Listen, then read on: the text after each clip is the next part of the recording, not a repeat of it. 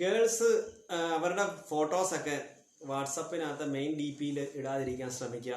Main D പിയിലും അതുപോലെ ഫേസ്ബുക്കിലും ഇൻസ്റ്റയിലും ഒക്കെ നമ്മൾ നല്ല ഫോട്ടോസൊക്കെ ഇടുന്ന ഫുൾ ലെങ്ത് ഫോട്ടോസൊക്കെ ഇടുകയെന്നുണ്ടെങ്കിൽ പ്രശ്നം എന്താ പറയുക, ഇപ്പം നമ്മുടെ ഒരു ജനറേഷൻ എന്ന് പറഞ്ഞാൽ AI ജനറേഷനാണ്, ആൻറ്റി ഇൻ്റലിജൻസിൻ്റെ ജനറേഷനാണ്. അപ്പം നമുക്കൊരു ജസ്റ്റ് ഒരു സ്റ്റില്ല് കിട്ടിക്കഴിഞ്ഞാൽ, എൻ്റെ തന്നെ ഒരു സ്റ്റില്ല് കിട്ടിക്കഴിഞ്ഞാൽ തന്നെ അത് ഏത് മൂവ്മെൻറ്റിൽ വേണേലും അത് എഡിറ്റ് ചെയ്യാൻ പറ്റുന്ന രീതിയിൽ, ഡെവലപ്പേഴ്സിന് നല്ല രീതിയിൽ എഡിറ്റ് ചെയ്യാൻ പറ്റുന്ന രീതിയിലായിട്ടുണ്ട്. അത് ജസ്റ്റ് ഒരു ബ്ലേഡ് പിക്ചർ ആണെങ്കിൽ പോലും അത് ഏറ്റവും നല്ല ക്ലാരിറ്റി ഈ റെസൊല്യൂഷനിലാക്കിക്കൊണ്ട് നിങ്ങളെ മൂവ്മെൻറ്റ് ചെയ്യുന്ന രീതിയിലാക്കിയെടുക്കാൻ നമ്മുടെ AI സിസ്റ്റത്തിന് പറ്റും.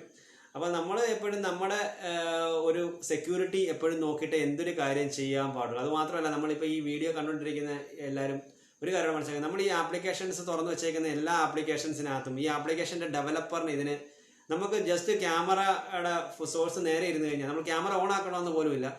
ഈ ഫോണിനകത്ത് ആൻഡ്രോയിഡ് ഫോണും ഏത് സ്മാർട്ട് ഫോൺ ആണെങ്കിലും നമ്മുടെ ഫോൺ നമ്മുടെ അഭിമുഖീകരിച്ചിരിക്കുകയാണെന്നുണ്ടെങ്കിൽ അവർക്ക് അത് അക്സസ് ചെയ്യാൻ പറ്റുന്നതാണ്. അതിൻ്റെ ഡെവലപ്പ് നമ്മളിപ്പോൾ എത്ര ആപ്ലിക്കേഷൻ ഇതിനകത്ത് ഇൻസ്റ്റാൾ ചെയ്തിട്ടുണ്ടോ, ആ ആപ്ലിക്കേഷൻ ഇൻസ്റ്റാൾ ചെയ്തേക്കുന്നതിൻ്റെ മെയിൻ ആൾക്കാർക്കെല്ലാം ഇത് അവർക്ക് അക്സസ് ചെയ്യാൻ പറ്റുന്ന രീതിയിലാണ് നമ്മൾ അതിനകത്ത് ഓൾറെഡി അലോ എന്ന് പറഞ്ഞ് കൊടുത്തേക്കുന്ന എല്ലാം അത് തന്നെയാണ്.